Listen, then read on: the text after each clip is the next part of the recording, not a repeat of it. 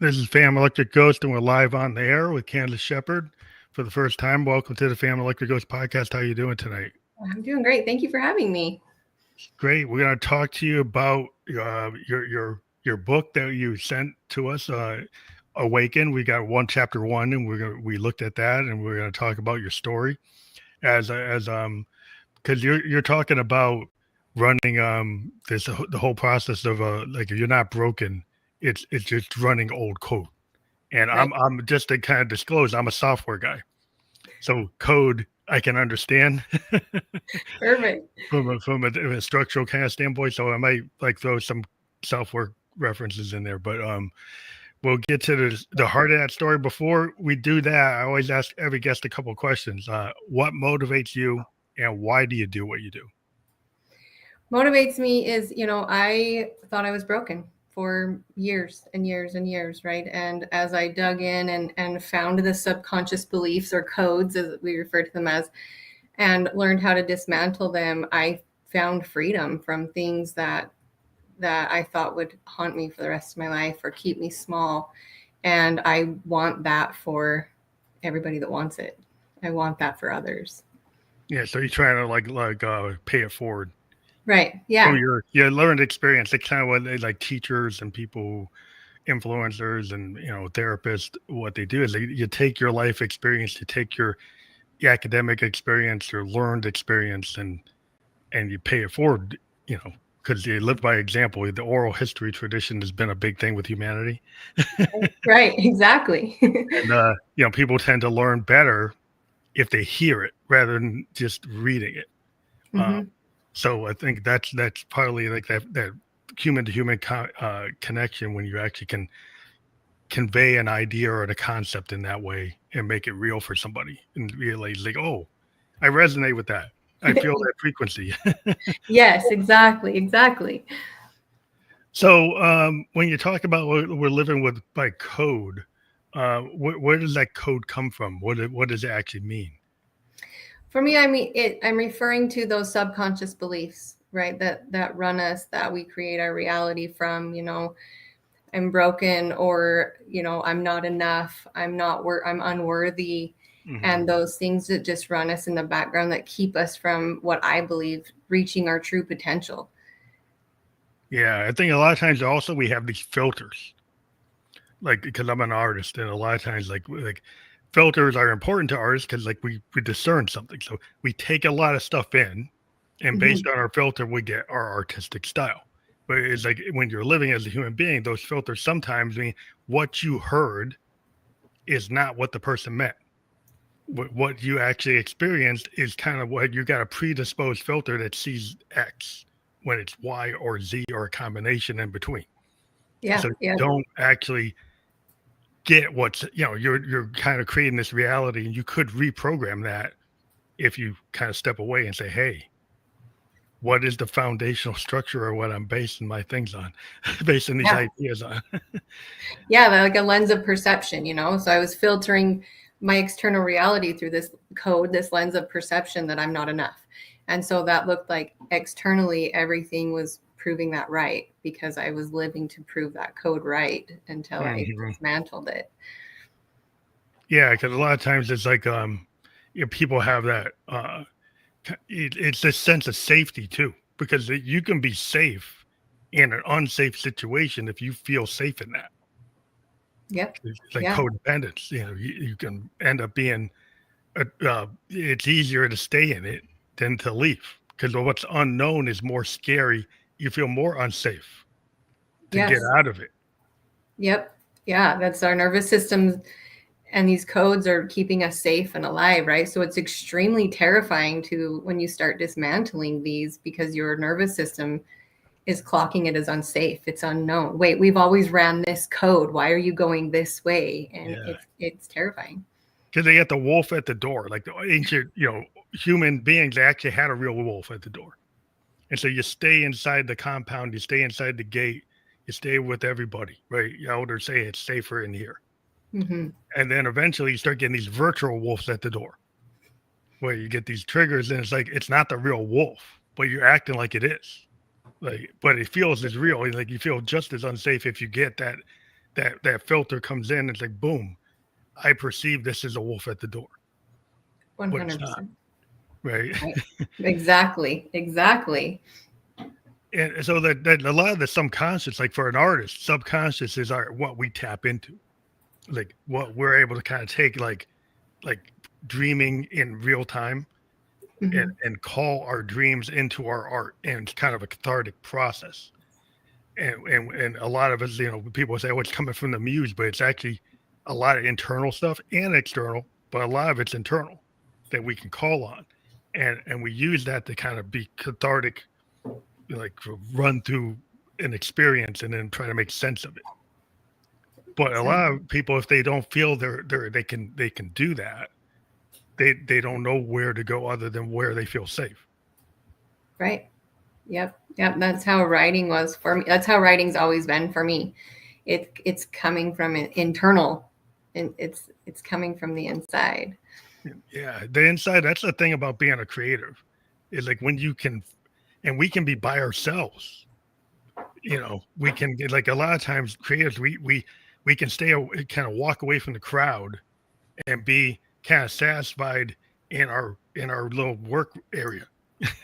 Yeah. Where, like, we can go out and we'll observe, and kind of observe all these things, and then observe things about ourselves, like in the looking glass self. Like Hmm. we're observing ourselves and others, and then we need that place, kind of like our safe creative space, to process and synthesize that. But then, Exactly. like, then we get out in the world, it's like, well, how do I handle that crowd? It's so people-y out there. So many people, I got overload, I got it's like synesthesia. Like, what am I gonna do? Exactly.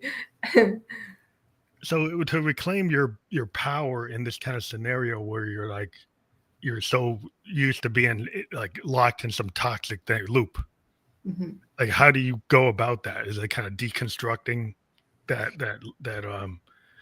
code? Yeah. So, to use the not enough code as an example, once I really kind of dismantled that, it became silly, like not enough. Whose definition of enough am I chasing? Mhm. This is, ridiculous. And when I could dismantle that fear that I'm not enough and sit with myself and feel the power inside me, that's where the truth was. There is no such thing as enough. I am, Yeah. period. And I that's where my power, that's where the power lies, is that realization. Well, I think there's so much comparison trap. Everybody's trying to keep up with the Joneses, keep up with the influencer, keep up with the model, keep up with this. Yep. And I've always told people, being a creative person, I've got a producer level sometimes, like, you get a young artist coming in and they're trying to clone whatever's hot. And then I'm like, what's hot is what's inside you, right? And what's hot is the song that you're scared to show me, right? Because that nobody else has, Hmm. but you don't think it's good enough. So you're standing there trying to clone Taylor Swift, or you're trying to clone Beyonce, you're trying to clone, that's already out there. They already exist. Like, what you've got and you're so scared of is what is going to be hot. That is what is you. But Yeah. you're kind of told, like, you're too weird, you're too different. Like, but that's really what you got. And you should Yeah. actually, like, dive into that. Yeah. That gave me the chills, because that's truly what I'm wanting people to realize. We came to this earth and this existence with the potential inside of us to be who we were meant to be. And these codes are filtering us out and washing us down and making us compare ourselves and believe we're not enough. But that potential is never left. It's there. And it's like the perfection trap. Because I think there's like, and we live in this digital age with, like, the undo button, right? And I think the undo button is like the worst thing for an artist. Because a lot of times, in arts is like, you need to actually put it down. You need to put it on paper. You need to get it out. But when you have this undo button, you can just get rid of it. And then, like, where's all your progress? Yeah, that could have been your that's probably your masterpiece, right? Yeah, but You you're just really like, just well, it let it. wasn't good enough, and you just digitally undid it. Yeah, yeah, that's very true. And so, how do you stop from, like, doing that in like the actual, like, act of doing that non-digitally, like analog life, like, you don't present and you just keep it in your back pocket. You keep it in your head. You never put it out because you're like, oh, I'm not good enough. And so it's like the whole thing with the arts is like imperfection is the thing. Hmm. That like the flow state is the thing, right? It's like your 10,000 hours of expertise. Yes, you have to have that, right? Your 20,000 like to be a master or whatever you're doing. But once you're in that space, you got to throw it out and throw it into the ether. Yeah. For me, and that my book is a great example. I mean, was terrified to come out with it, right? I've written children's books, I've written songs, but nobody's ever seen them outside of my family. And so to come out with this book was terrifying. But I was writing a book about living up to your true potential. And here I am ready to mail out the first 50 books. And I'm like, can I really do this? Can I really do this? And what I had to do was realize that was a code. I'm trying to keep myself small. I'm trying to keep myself safe and lock into that truth in my being that this is me, right? And if I'm meant to express myself, I'm meant to be here on this earth and shine my light and be a beacon for those that are looking for whatever I've got, and lock into that truth and put them in the mailbox. And so I think just the more time we spend with ourselves and our truth and our potential, really finding that, for me, it feels like in my gut, right? And I just lock into that and stay locked in as the fears come up. And I'm doing this anyway. Yeah, because like a lot of times, like if you speak up or you put it out, people are not going to like it. They're going to leave.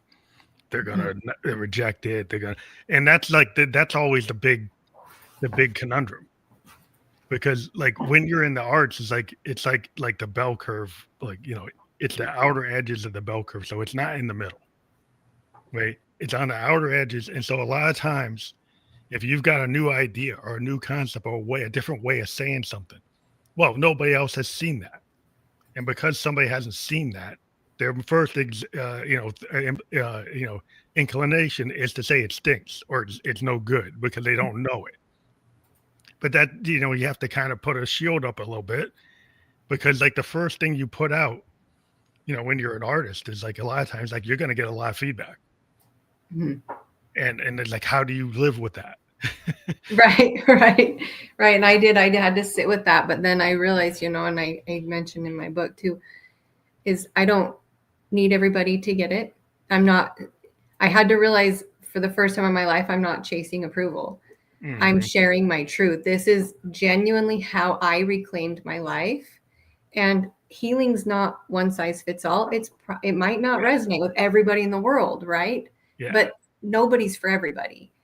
But I know that this is truly how I reclaimed my life. And so the fear is gone because it is my truth. And whether people agree with it or not, or hate it or love it, it's my truth and it's out there now. Well, it's like the law of attraction. Like a lot of times, like, and the cool thing about the net is, like, if you're like an artist and you're sitting in New Hampshire, right, and you put something on the net, well, it's going beyond New Hampshire. So, yeah. And I'm an electronic musician in New Hampshire. Most of the people here are folkies. So right. If I try to book a club here, they're going to say, well, that's not folk music. So then I would say, well, I can't make it. But if I go and put it out in the ether, somebody in the Netherlands likes it. Somebody in Australia likes it because like it'll find its tribe. It'll find it doesn't have to be for everybody in my hometown. It doesn't have to be for everybody in the world. It's like if people in Tokyo or people that dig it, then that's where I'm going. Exactly. And it's your music, it's your truth. You built it from your truth, and it'll find those that it's meant for. And that's hard for some people to get because they want the approval of the microcosm around them, right? And if they don't get it, then they won't even put it into the macrocosm. Yeah. And a lot of times the microcosm isn't really behind what you're doing. Like, no. Because your family might not be behind you being a writer, might not be behind you being a poet, might not be behind you doing whatever you do. They might say, you know what, you should be in the mill because I was in the mill, right? You shouldn't be an engineer. That's fuddy-duddy. Like those guys are like, oh, the pocket protectors. Why? You don't need to do that. So it's like what you want to do is uniquely you, and you've got to give yourself like that permission structure, right? Yep. To actualize. Yeah. Because waiting for to self, people sometimes they wait for self actualization because they're looking for their soulmate to actualize them. Well, Mm. that's not going to happen. No. No, right. And I've lost my train of thought, so we can move on. I had a response and it Oh, you exited kind my of brain. but yeah, I think like that's a lot of times people think it's outside themselves, Hmm. right? And it's really the key, like, oh, the key thing that you learn is like it actually is inside. Yep. Yes. That's the whole goal of this book, is to get people back to the inside, to the truth of what they are, and embody it, embody who you are.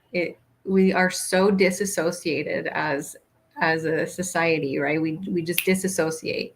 We numb out. We don't want, if we can get back to living in our body, that's where our truth lives. Our body knows intuitively, places to go, or people that aren't for us, and where not to go. And if we can just get back to that, that's my dream. Yeah, because it's like you're listening, right? So, but people like if you first say, "Well, your listening skills," then what do you mean? Well, your listening skills is the first thing you do. You have to listen to your heart, you listen to your soul, listen to yourself, right? Before you can listen to anybody else, you have to kind of listen to yourself. Like, what are you saying? Can't all the time? Are you saying won't all the time? Are you saying it's never going to happen all the time? You like tape yourself. Yeah. Yeah. Like, look at what you're writing in your diary. Read what you wrote. Like, and then start thinking about like, then can you resolve that? Like, Hmm. understand that looking glass self. Understand where do you actually want to be? Like, who do you want to be? That's the hard conversation because like that's the thing that a lot of people like they avoid. Yeah. Well, we're so trained, it's that mental trap. Our minds just talk and talk and chatter at us, right? At least mine does. And it's I feel like it's distracting us from the truth. We're ignoring what our body and our truth and our intuition and our potential is saying, because our mind's up here. Well, this person might think this and this and that. And it's all these fear codes that are running to distract us and keep us small. Yeah, it's like the programming. It's in our in actual software program, we have a thing called structural change and non-structural change. So a structural change is when you take the base foundations of the code, like the foundational structure, and you radically change it. Hmm. It's not going to be what it was. It's totally changed. It's like exponential change. But like the non-structural changes is maybe like in a table you change a value. Okay. You just change a tiny value, you change a tweak in something just to change in a thing. So like structural change is hard for people Yeah. because Yeah. like that is kind of what you're talking about from what I can gather is that structural change is the thing that's going to change your mindset. Yeah. Yep. Yeah, that's that. If I was constantly running not enough on a structural level, and I didn't, it's not like I thought it all the time. I'm not enough. I'm not enough. It was subconscious. And so the way that I would show up is I was trying to people please and fawn over everybody and prove that I was enough. Or, the way my husband showed up would go through that lens, and I would think he thought I was not enough. It was just a constant, this battle of not enough.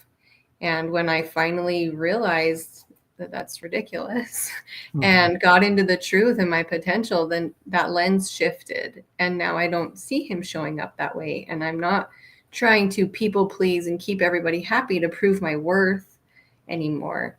And so it was on a very deep level, a structural change for sure. Yeah, that people pleasing, you can kind of get burned out on that. You can hit like a maximum overload, and then you're just like it's not working for you anymore, right? Yeah. Yeah. 100%. I hit that wall full force, face first. When you describe your book Awaken, right, as a frequency shift, and in terms of music, like frequency, we talk about harmony, dissonance, disharmony, noise, discordance. Those are like musical terms, but I think they also can apply to how people kind of like live because like you get this idea like a bad vibe. You walk into Mhm. a room and you pick up this person's got a bad vibe because you're picking up like a discordant frequency to yours. It's Mhm. not harmonious. If you're picking up a good vibe, you guys are like in the same key. Yeah. Yeah, exactly. Yeah. Yeah. And it's those structural changes, right? And if you're running, I'm not enough or I'm unsafe, that has a frequency to it. And it's not a comfortable one, right? When you can get into your truth and your power, it's now a different frequency and you're magnetic. People want to talk to you and find out what you're up to and feel better in your presence because you're vibrating differently.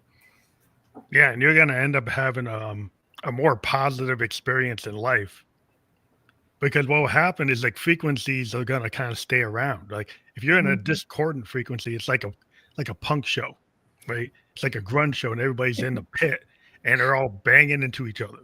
Yeah.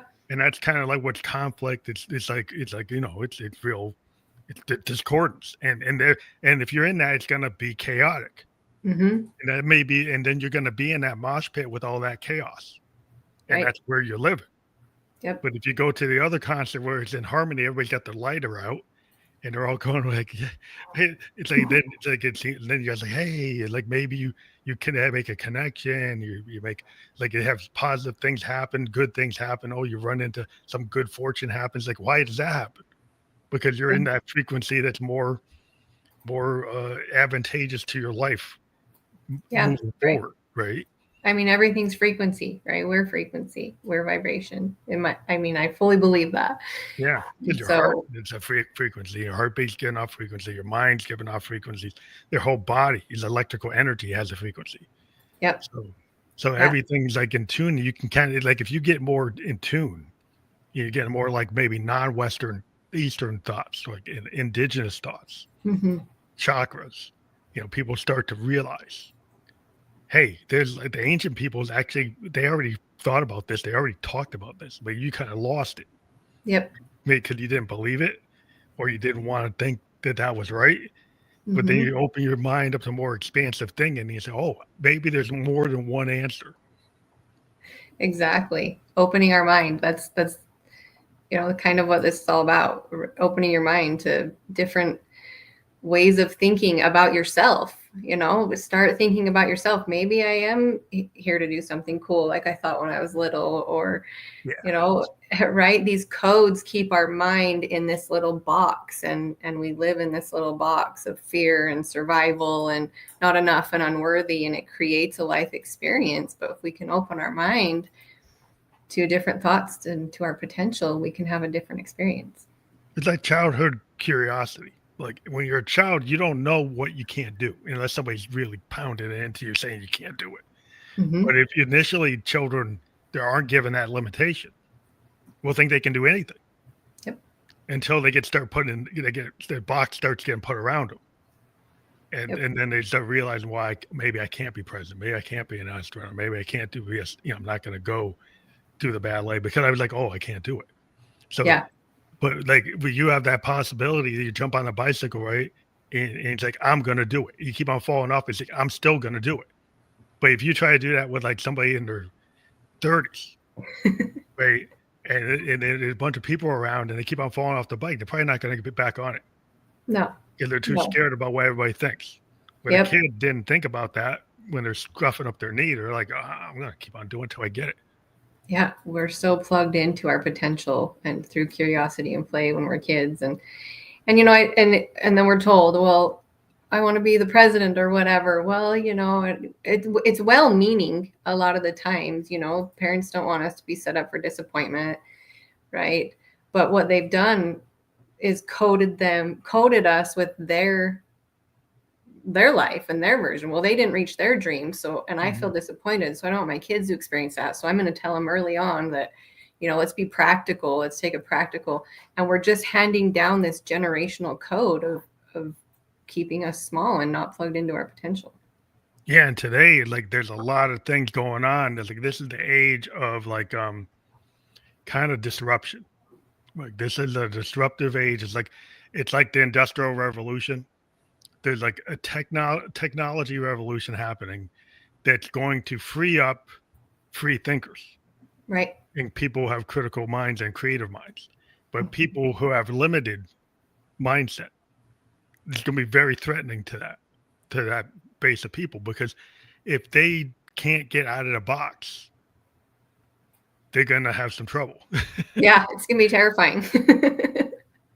All their fear codes are gonna be going red It's alert, red probably alert. getting triggered like immense triggers because like, and then like societal, like the macrocosm has to have to deal with the fact that we've really got to kind of reprogram or get people into thinking they've got to change their code out, Yep. or they're going to have societal issues where it's going to be a lot of conflict.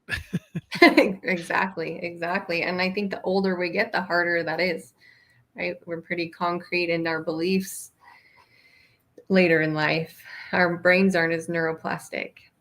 Yeah. So it takes work. I mean, that's why you have to go to a therapist, go to, learn Tai Chi, go, kind of pull yourself out, right? Because sometimes in order to, you got the 50,000 foot view versus being like so narrow that if you're right in it, you don't see it. Mm-hmm. And so sometimes you have to walk away, or you got to take a walk in the woods, or you got to breathe. And you got to, turn off all the tech and kind of just sit with your thoughts. And that's hard because it's like, oh, yeah, if you're scared of your thoughts, maybe you got to start there. I would say that's hard for a lot of people to do. It's not something that we've societally been trained to do. I call it our mind cage, our mental mind cage, and it's terrifying. But if we can sit with it, it will give us clues, as to what codes we have running. Like, oh, they never, they'd always talk over me, and going on and on. There's little clues in there, like, oh, I think I'm not enough, or I think I'm unworthy. And sitting with that and finding the truth, the part of you underneath that's saying, hey, I'm here, free me from this mental cage, right, is how we can really start opening up to those things. Yeah, because, you think about everybody in the classroom. And sometimes the classroom is geared toward like the people who are willing to step out. Mm-hmm.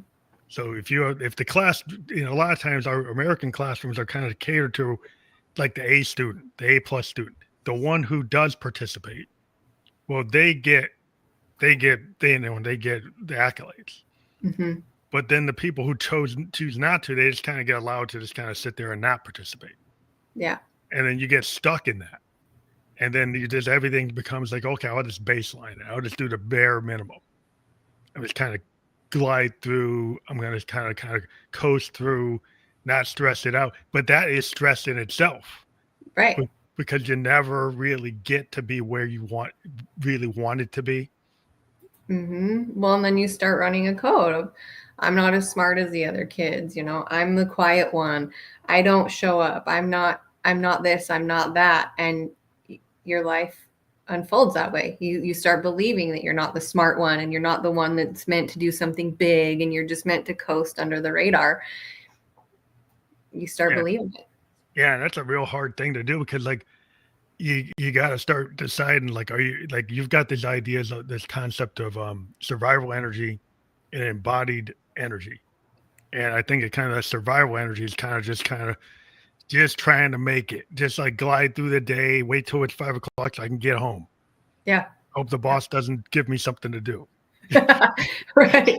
Just surviving. And that keeps us in whatever our nervous system's, poison of choice is, whether it's fight, flight, fawn, freeze, constantly in this loop of survival. Oh, there's a fear. Now I'm in flight, or I'm in fight. And it's just this loop. Survival to me is just constant loops. There's never any getting off of it. Yeah, like a lot of bad loops. Yeah. You get stuck in that, running away. Like you like, so you're thinking that the next job is going to solve it. The next relationship is going to solve it. The next town is going to be better than this town. But the one common denominator is you. We're everywhere you were. Yeah. And the one thing is like, it's not changing, is you. Yep. 100%. 100%. Everything will follow you, right? All these codes aren't going to not follow you. Or yeah, so changing the place doesn't change the situation. It's all internal. And so, like, when you start living your truth, is there some like guilt to that? And how do you get through that? As long as I just stay locked into my truth, the only guilt is that I didn't get there sooner. I didn't learn about this stuff, and I handed things to I have 3 daughters, and I can now see pain that I caused by running a code that I've got to rule with an iron fist, right? And these things that I caused before I knew better. And so that's the guilt that I carry. But also, guilt and shame is a loop that keeps us from growing. And so rather than feeling guilt, I've committed to constantly learning and growing, providing whatever resource they need to heal from what I've done. And that's kind of what this book was. It's like my map for them out of what I handed down before I knew better. Yeah, it's like the lesson learned. Like a lot of times in life, you have to have this incremental change, and there's this concept in business of like you have like this idea of waterfall, where you're trying to get everything all done at once. Okay. And then, but that's hard to do because you're never going to have the complete picture. So there's always going to be something lacking. So you're going to be thinking that you're not good enough. Oh yeah. Always. Like if I'm not growing, I'm dying. I don't ever want to stop growing and learning and evolving and doing better. But this agile method is like it's incremental change, and you could do something today, you could release and then know tomorrow, whatever I know today that I didn't know yesterday, I could actually fix. Yes. So you see this like in a good example in software is like your phone, all these apps that update all the time. It's because the programmers that, when they first put the app out, version 1, that's what we knew. By the time we get to version 3.567, that's what we know then. And it keeps on changing. And we got to this point where we're not working waterfall anymore. We're doing agile, which is incremental change. As we learn something, we give it to you. I love that. I love that. And I think that's if you say, well, how can you learn from a coder? Well, you could learn that. You can learn a lot. We can learn a lot. But yeah, I love that. And that's been my, I can't go back and undo the things I did before I knew better. But I can just commit to constantly learning and growing and doing better every day. Yeah, I think that's a good thing because like that gets you out of the perfection trap. Mm-hmm. And the perfection trap, I run into all kinds of artists. Is like they got all this, like a painter. Go to their loft. They got hundreds of paintings in their loft. And they're like, are these going to the gallery? Oh, no, they're not ready. But then I see lesser artists that actually have the stuff in the gallery and it's not as good as the stuff that's in this loft. And I'm like, you need to put it out. It's hard to get somebody to get to that point where they feel they can put it out because they're just so terrified of like they think they can do better the next day. And of course you could always do better. Oh yeah.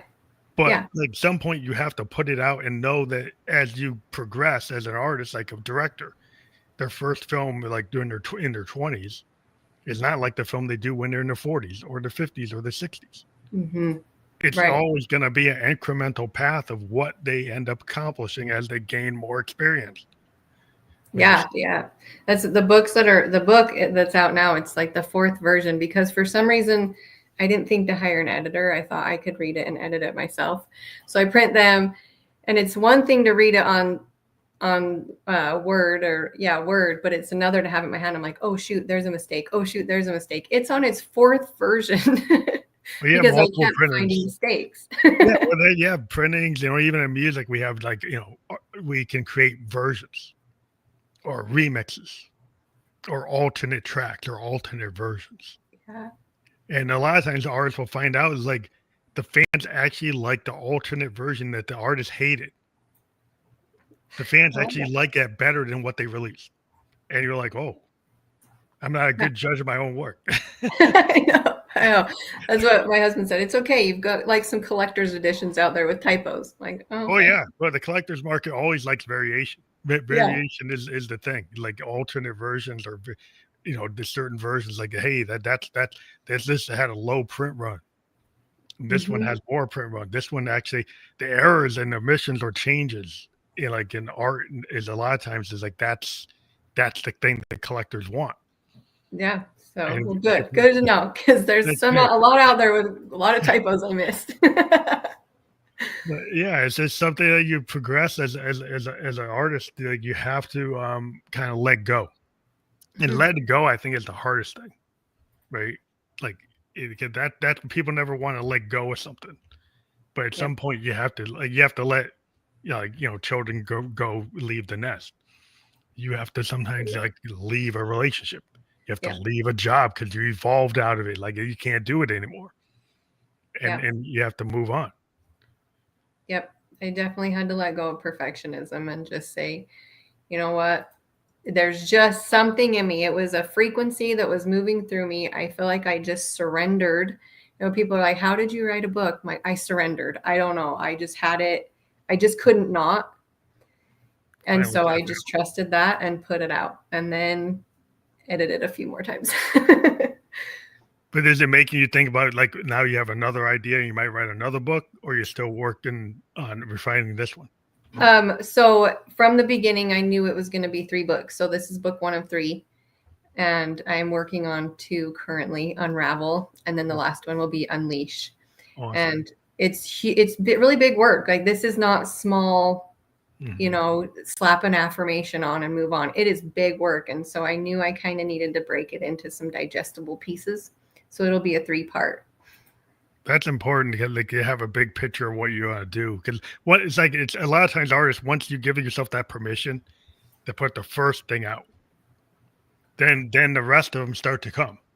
Yeah. It's like you break through this wall, and finally, it's like that's that wall. Like you were scared to get on stage when you were like an early band. And like the first day you go onto that stage and you say, I'm gonna do it. And then every time you go after it, it gets a little easier or it gets different. And addicting. Yeah, and it just becomes the process, becomes the thing. Because like if you're an author, you can get to go. You come on a podcast, you go to a convention, you go like you speak in to a radio interview. It opens up doors, and maybe you weren't comfortable talking, but then you got to step up. It's like, oh, now I got to present. Now I got it. Yeah, writing the book was the easy part. It was everything that came after. So, have you ever thought of doing like an audio book? I have. I'm working on sound. I want to work on finding either a sound studio or getting this stuff. We're probably moving here in a few months, and so I don't want to really invest in making this room soundproof. So it's in the works and it's on my mind. Yeah, just because the people today, like I was going to get into like attention span, because like it's interesting when I talk to authors, because I'm a child of the '70s, and like a lot of times if you look at book length, like book word count, like the word counts are like 200,000, 300,000. Now word counts are like 50,000, 60,000, 70,000, a lot smaller because it's like we're in this information age, and people are getting pinged on their phone, on their wearables. They're so distracted. They're watching Netflix and they're watching, Apple at the same time. And then you're just like, well, how come I don't know what's going on? Because you're watching 3 things at once. Yeah. Your attention's a little spread thin, but we're all guilty of it for sure. The one thing is like when you start to make it, one thing I noticed, I was reading about beliefs. Like money is the root of all evil is kind of like the starving artist belief. Mm-hmm. And a lot of people who are like say, well, I'm a legitimate underground artist. I don't believe in being rich. I think that's like the root of all evil. It's like the best thing to do is for me to be a starving artist having a real hard time, which means I'm more like I'm really legit. Right. And I think there's a difference between, selling out and making wealth with your art, but that's a real thing is, money is the root of all evil. And I think there's a lot of really good people out there with that belief that if they had the means could make amazing change and do great things with that money. Mm-hmm. But they have this belief that's the root of all evil because I think in the past and up to now, it's been people that maybe haven't done the greatest things with money. And so it's easy to have that belief. But if we had a shift in the collective of who had the money, we would see some real change. Yeah, because if you're very innovative and you actually hit, you sometimes you get these people, they're just phenoms, and they finally they get it, and then they spread the wealth, and they're like, wow, They're out there, and it's because they put themselves out there. Yeah.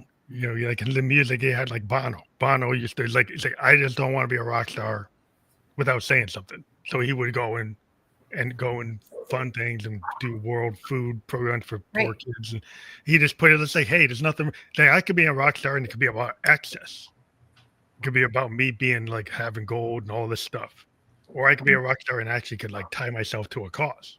Exactly. So it doesn't mean that yeah, I got a lot of money, but I have some beliefs, and now I can actually do some things and move things forward. And so that's kind of what you're talking about. Right. Right. Like money can be an amplifier. Right? I don't think money is good or evil. It's a frequency. It's energy. It's money.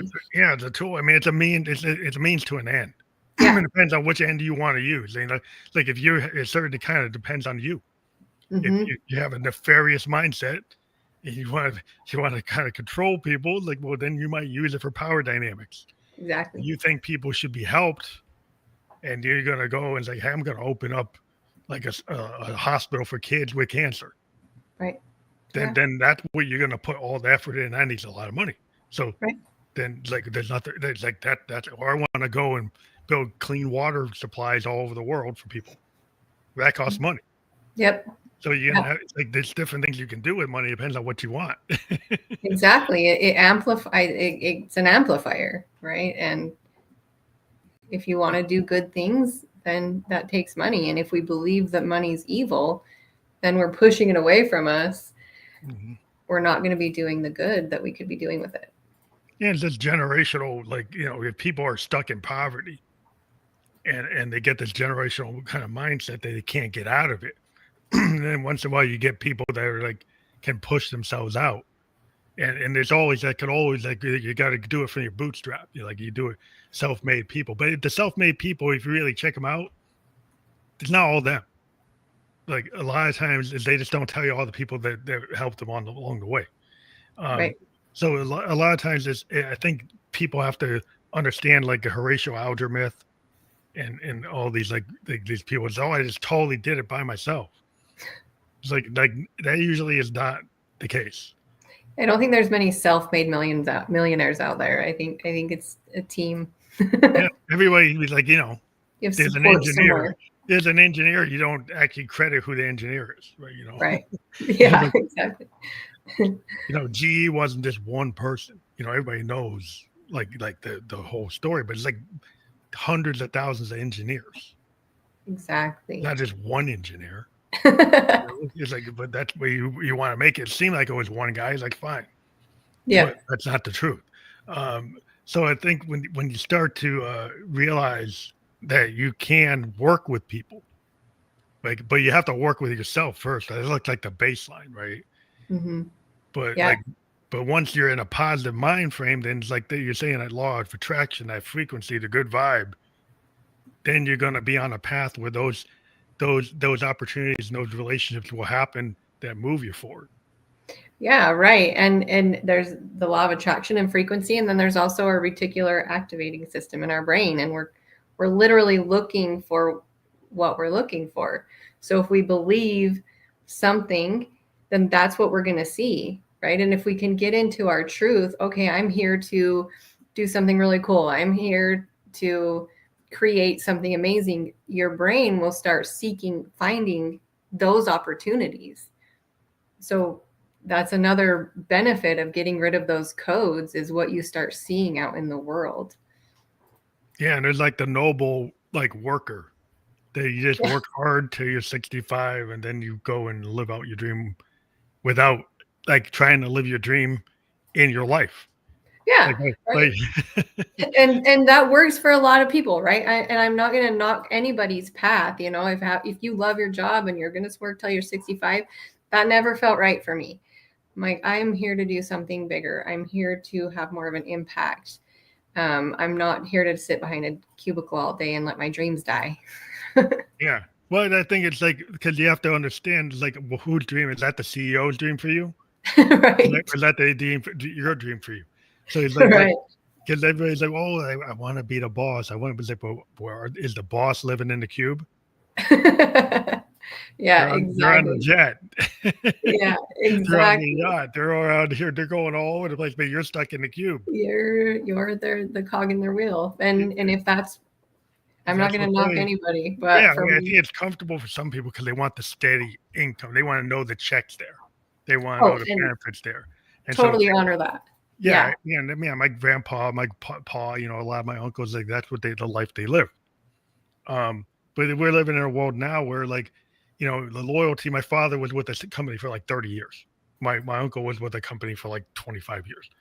Like that was like the world, that world. Yeah. But the world a lot of us live in is like companies don't have that loyalty to their people anymore. Yeah, pensions aren't a thing anymore. People like a lot of times it's hard to stay somewhere 5 years. Mhm. It's hard to stay there to 1 year. It's like Yeah. so it's like that world is different now, right? And so there's a lot of people still measuring. It's like, oh, that's the good old days, and they're stuck in like, oh, this is what it should be, instead of like, Mhm. what is it? Right. Like, what is it now And versus what what could is it it? be? Exactly. And like energy, saying that it can't be destroyed. It's always like there. It's like it's always gonna, that's kind of like the Einstein concept, but it's a true thing. It's like if your energy is there, you can keep on pushing. You Oh know. yeah, right. And they've done studies where can they look at a leaf and they can see the energy, whatever machine they're using, and then they cut the leaf and remove a piece of it. The energetic part of the leaf that they cut away is still there. Hmm. Energy cannot be destroyed. And so yeah, we have these codes running telling us we're not enough and we're unsafe and we're unworthy. But the potential that you came to this earth with, you felt when you were a kid, is still there. It's just buried under these beliefs. And just gotta have some more nurturing for yourself. And Mm-hmm. I think some people think like self-love, oh, that's corny. Or they think that they don't understand. It's like if you don't love yourself, you can't love anybody else. Right. And a lot of times people say, well, that's hokey or that's foo-foo, and they can't get into it. Right. But really that's the core of the core. Yeah, yeah. You can't give to somebody something you won't give to yourself. It's hard to get out of that frame for a lot of people because it's like people with like meditations, like breathing exercises. Some people that can't meditate. They Yeah. just well, it's not me. I can't do it, right? Yeah. And they get locked into that. But it's like there's just a way to like, well, what can you do? Can you do? Can Exactly. you Can you can you breathe? walk away from the headphones? Can you turn off your phone? Can you just go out and walk? Could you Yep. go and cook? Maybe doing something that makes you feel good and feel like you. Yeah. Can you And you turn on kind of your favorite song and dance yeah, and you're feel honoring how that yourself. feels in your body? Yeah, honor yourself. Like, and it's Mhm. not bad to do that. And it's like get out of the mindset that it's not proper to do that. Yeah, like it's selfish to pour into ourselves. And that's the when I was people pleasing, I was, people pleaser my whole life. I was giving from an empty cup, and so it wouldn't land, right? It was never enough. And when I had that shift of, it was really hard. I felt like I was being selfish. Like before I give to my family, I'm going to journal in the morning and meditate or work. I'm going to pour into me. And what started happening is my cup was full and I had overfill to give to my family. Hmm. I wasn't totally depleting myself anymore. And they feel it's a much higher energy exchange, and it changes everything when you start pouring into yourself first. Yeah, they have more to give, and then you burn out. You're not in the burnout phase. Yeah. 'Cause I remember seeing my pop used to be a salesman, and he used to give so much to the outside. By the time he came home, he had like nothing for the inside, Yeah. and because he gave too much, right? And he didn't find a way to give himself grace other than to kind of just go off to the corner and like listen to jazz or watch the sports and then not want to be interrupted. Hmm. So his idea was to kind of give him that space, but then he wasn't there for us. So so you have to find a balance. Yeah. And a lot of times, like, he was, his pop didn't teach him, his pop didn't teach him. They didn't Right. know. Nobody knew. Right. Right, right. Just fill your cup, and before you know it, you're overflowing, and you have so much more to give. So, are there some lessons learned over the time you were writing the book, or from other things that you think would be interesting for the audience that you could maybe give us? Some lessons learned about writing the book or about what's in the book? Well, you can pick which one you want to tackle first. Well, we kind of touched on a little bit, with writing the book, the creation is I didn't wait for it to be perfect. I stepped through the fear and did it anyway. It was one of the most terrifying things I did, but the feedback that I'm getting and the way it's changing people's lives, I don't care about the typos. I'm so glad that I got rid of the perfectionism and just did it because it's landing and it's helping. And as far as the content in the book, lessons learned, I just want people to know that they're safest in their body, and never to give their power away, right? Find that power inside you. Find what's keeping you from reaching for your dreams, or what's this constantly running in your mind. Not enough is ridiculous, right? That's not a thing. And just really start paying attention to what makes your body feel good and what makes your body not feel good. And find your truth. It's different for everybody. Yeah, the one thing I always notice, because like you get people and they're trying to fit everybody into like the 10-step program, the 15-week thing. And I'm like, the thing is like you may have been successful, right? And you did this 10-step program, but my example is, yeah, like you're doing these 10 steps that will work for you, but there was like 10 years that led up to that you're not really talking about. And so it's like it's the 10 step plus the 10 years. Yeah. And that 10 years is different for everybody, and they have to find that. And that's what, and then they wonder why it doesn't work is because you're not understanding, like you're not showing the whole picture. Right. You're giving like a very like surface level picture of it, and it's not going to work. Right. Right. Yeah. And some people have that linear mind. They can go from step. I'm all over the place. Yeah. Right. And to just give ourselves grace. And, even though I disrupted a code, that doesn't mean I'm never going to feel it again. I'm never going to be in that space where I'm wanting to go back to comfort. Mm-hmm. Right. Yeah. But I go back to it with a new awareness of, okay, this is what's happening. Okay, I'm here again. Breathe, feel my feet on the ground. Like, because my nervous system goes to freeze. If I think if there's a threat, I'm frozen. Mm-hmm. And so I started to kind of, oh shoot, I'm frozen again. Maybe I'm not healing, but really I was frozen, and I could say, okay, I'm frozen. I can breathe. And so you're learning. You're getting tools to like be able to address, and knowing that life is like is not a calm sea. It's going to be waves, and sometimes there's going to be waves that are pretty high. Yep. So like you have to regulate, and then you have to know that sometimes there are situations where it's going to be hard to regulate. It's going to be a constant process. I have to have a sustainable method to know that one day, might not be as good as the next, but every day has possibility, and you can have wins, and there's going to be losses. There's never going to be not going to be a loss. So how do you handle when the adverse thing happens? Like in music, we have this thing called a bad note. There's no bad note. There's an opportunity. Oh, I like that. So if you're playing like fusion jazz and you hit a note that's not expected, the other guys in the group will actually change the composition to match your note. If you're playing classical music, they would stop the composition, say you hit the wrong note, because that is something that was pre-written. It was known, and it has to be that way. Okay. Where in jazz, we're more fusion or modal jazz. We're more open to say, hey, that could change. And we're master musicians, and we'll actually change it to match it. And the audience won't even know we made a mistake because we're just evolving the composition. It's a different way of thinking. I love it. It's a different way of being. And, some musicians is like, you put a classical musician in a fusion group and they're like, what's the next note? It's like, well, like, you don't feel it. Right. You're like, I can't do it. Right. Oh, so how do I handle something adverse? Well, in the book, there's 5 chapters: spotting the code, disruption, neutrality, reclamation, and embodiment.